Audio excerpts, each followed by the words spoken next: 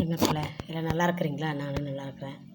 அது மாதிரி மக்களே, இந்த பூக்கள் இருக்கு இல்லைங்களா, ஒவ்வொரு பூவும் இந்த செம்பருத்தி பூ 5 இதழ் உள்ள செம்பருத்தி பூ இருக்கு இல்லைங்களா, அதை என்ன பண்ணுறீங்கன்னா, அதை நல்லா பொரிச்சிட்டு வந்து க்ளீனாக காலையில் நிறைய நடுங்கள் நிறைய இருக்கும், பூத்து கிடக்கும். அதை எடுத்துகிட்டு வந்து அந்த ஒரு நடுவில் இருக்கிற அந்த மகரந்தம் மட்டும் பொரிச்சு தூக்கி போட்டுருங்க. கிள்ளி எடுத்துகிட்டு மீதி என்ன பண்ணுறீங்க, நல்லா கொதிக்க வச்சு அது தண்ணியை நல்லா சுண்ட வச்சு அந்த தண்ணியை காலையில் குடிச்சு ரத்தத்தை சுத்தப்படுத்தும் மக்களே. ரொம்ப நல்லது, முடி நல்லா வளரும் மக்களே. அதேமாதிரி ஒவ்வொரு பூக்கள்லேயும் ஒரு குணங்கள் இருக்குது. அது எப்படி மல்லிகைப்பூ எடுத்துக்காங்க, மல்லிகைப்பூ காஃபி போட்டு குடிச்சிங்கன்னா, டீ போட்டு குடிச்சிங்கன்னா அந்த மல்லிகைப்பூ காஃபி உங்களுக்கு உடம்புக்கு அதுவும் நல்லது. ஏன்னா வேர்வை நாற்றம் வராது, உடலில் இருக்கிற அந்த கழிவுகளெல்லாம் எடுத்துகிட்டு நம்மளை ப்யூர் பண்ணிடும். அந்த எல்லாம் ஒவ்வொருமே நல்ல ஒரு வாசனைகள் உள்ளதாக்குது. ஒவ்வொரு வாசனைகளும் நமக்கு ஒரு அற்புதங்கள் இருக்குது மக்களே. உடம்புல ஒவ்வொரு மலர்களையும் ஒவ்வொரு அற்புதங்கள் இருக்குது. இப்படியே ஒவ்வொன்றையும் நீங்கள் தினமும் ஏதோ ஒன்று நீங்கள் குடிச்சிட்டு வந்தீங்கன்னா ரொம்ப நல்ல சுகர் கம்மியாகும். அந்த மல்லியில் நல்ல நல்ல சத்துக்கள் இருக்குது மக்களே. அது எனக்கு சொல்ல தெரியல, நீங்கள் அதை போய் பாருங்கள். எல்லாமே நமக்கு தேவன் படைத்த ஒவ்வொரு பொருளும் நமக்கு நல்லதுன்னு தான் அவர் படைத்தார். இது படைத்த ஒவ்வொன்றும் படைக்கும் போதில் நல்லதுன்னு சொல்லி தான் அவர் படைத்தார். அதனால் நமக்கு எல்லாமே நல்லது தான் மக்களே. ஒன்றும் இல்லை, நெறிஞ்சி முள் நம்ம சொல்கிறோம், நெறிஞ்சி முள் கூட நம்ம உடம்புக்கு நல்லதுன்னு படைச்சிக்கிறாரு. அது முள் தான் அது. ஆனால் அந்த முள் கூட நமக்கு நல்லதுன்னு தான் ஆண்டவர் படைச்சிக்கிறாரு மக்களே. எல்லாமே நமக்கு நல்லதுன்னு தான் படைச்சிக்கிறாரு. ஒரு சிலது தான் அது நமக்கு பாய்சன் ஆக்குது. அதனால் நீங்கள் என்ன பண்ணுறீங்க, பார்த்து இந்த மாதிரி மலர்களெல்லாம் நீங்கள் பறித்து நீங்கள் கஷாயம் வச்சு குடிங்க. அது ரொம்ப நல்லது. எல்லாமே கொதிக்க வச்சு கஷாயமாக நீங்கள் குடிக்கும்போது, இன்டேக் எடுக்கும்போது எல்லாமே நல்லது. செம்பருத்தி நீங்கள் எவ்வளோ காலம் சும்மா பச்சையாகவே நீங்கள் அப்படியே பிச்சு சாப்பிட்டீங்கனாலே அதில் உங்களுக்கு நல்ல ஒரு முடி வளர்கிறதுக்கூடிய நல்ல சத்துக்கள் இருக்குது. அது மாத்திரம் இல்லை, வெண்டைக்காய் நீங்கள் எல்லாம் செடியில் பொறிச்சு நல்லா துடைச்சிட்டு அதை அப்படியே சாப்பிடுங்க. மூளையில் போய் அது வளருது இது வளருது அதெல்லாம் ஒன்றும் வளராது மக்களே.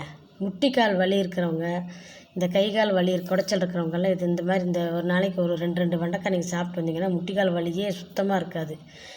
நீங்கள் ஆராய்ச்சி பண்ணி பாருங்கள். பண்ணி பார்த்துட்டு இது உண்மையாக பொய்யான்றது நீங்களே இது பண்ணிக்கலாம். ஏன்னா வலுவழுப்பு சத்து நம்ம உடம்புல இல்லாதனால தான் நமக்கு இந்த மாதிரி பல பிரச்சனைகள் வருது. அந்த காலத்தில் கீரைங்கள்லாம் சேம்பங்கீரைன்னுவாங்க. அந்த சேம்பங்கீரை ஃபஸ்ட்டு வந்து வேரை மட்டும் நீக்கிட்டு அந்த இலைகளை மட்டும் போட்டு கடைஞ்சி உப்பு புளியெல்லாம் போட்டு நல்லா எல்லா இதுவும் போடுவாங்க. வெள்ளைப்பூண்டு, வெங்காயம், உப்பு, புளி எல்லாம் போட்டு நல்லா கடைஞ்சி, பச்சை மிளகாலாம் போட்டு நல்லா கடைஞ்சிட்டு எடுத்து சாப்பிட்டு பாருங்கள். அவ்வளோ ருசியாக இருக்கும். அதில் சாப்பாட்டுக்கு பசங்க சாப்பிட்லாம், களிக்கு தொட்டு சாப்பிட்லாம், எல்லாமே நல்லது. ஏன்னு கேட்டிங்கன்னா அதுலேயும் நமக்கு நல்ல தேவையான சத்துக்கள் இருக்குது. அதனால் நிறைய அந்த காலத்தில் பைல்ஸ்னால் என்னென்னு தெரியாது. இப்போல்லாம் யாரை பாருங்கள் பைல்ஸுன்றாங்க. அந்த மாதிரி இருக்கிறவங்க அதெல்லாம் சாப்பிட்டா நம்ம உடம்புக்கு ரொம்ப நல்லது மக்களே. அதனால் ஒவ்வொன்றும் நீங்கள் பாருங்கள், எல்லாமே நல்லதுக்கான தான் படைக்கப்பட்டிருக்கு. சேமங்கரை நம்ம சேத்துல வளரும். சதுப்பு நிலங்களெல்லாம் பார்த்திங்கன்னா அந்த சேமங்கரை ஏகமாக வளர்ந்து கிடக்கும். அதில் கிழங்கு ஒன்று இருக்கும் மக்களே. அதை பொறிச்சிட்டு நல்லா தோல் சீவிட்டு அதை நீங்கள் வெட்டி போட்டு குழம்பு வச்சு சாப்பிட்டு பாருங்கள். அவ்வளோ நல்லாயிருக்கும். அதில் வலுவழுப்பு சத்து இருக்குது. நம்ம வலுவழுப்புள்ள சத்துக்கள் உள்ளதை நம்ம சாப்பிடும்போது நமக்கு நல்லது. அது மாதிரி துவர்ப்பு சத்து உள்ளது நம்ம வாரத்தில் 2 தடவையாக துவர்ப்பு சத்து உள்ளதை சேர்த்துக்கணும். துவர்ப்பு சத்து வாழைப்பூவில் இருக்குது, வாழைத்தண்டில் இருக்குது, இப்படி நிறைய இப்போ இதிலெல்லாம் இருக்குது மக்கள். அதெல்லாம் நீங்கள் சேர்த்துக்கிட்டிங்கனால உடம்புக்கு ரொம்ப நல்லது. துவர்ப்பு சத்து அந்த காலத்தில் வெத்தலை பாக்கு போட்டுட்டு விடிய வேலை செய்வாங்க மக்களை. வெத்தலை பாக்கு மட்டும் போட்டு வேலை செய்வாங்க. அந்த துவர்ப்பு சத்து நம்ம உடம்புக்கு தேவை. சுண்ணாம்பு சத்து நம்ம உடம்புக்கு தேவை. அந்த வெத்தலையில் இருக்க அந்த காரச்சத்து நம்ம உடம்புக்கு தேவையானது எல்லாமே அதில் கிடச்சிருது. அதனால் இப்போ வெத்தலையே போடக்கூடாதுன்னு சொல்லி கட் பண்ணி வச்சுக்கிறதுனால பல் இதெல்லாம் கெட்டு போகுதுன்றதோ அதெல்லாம் போடுறதில்ல.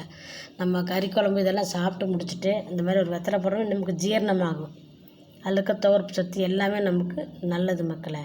இதெல்லாம் அப்பப்போ நீங்களாம் சேர்த்துக்கோங்க. துவர்ப்பு இல்லாத சாப்பாடு தான் நம்ம சாப்பிட்டுட்ருக்குறோம். அதனால தான் நமக்கு பல வியாதிகள் வருது.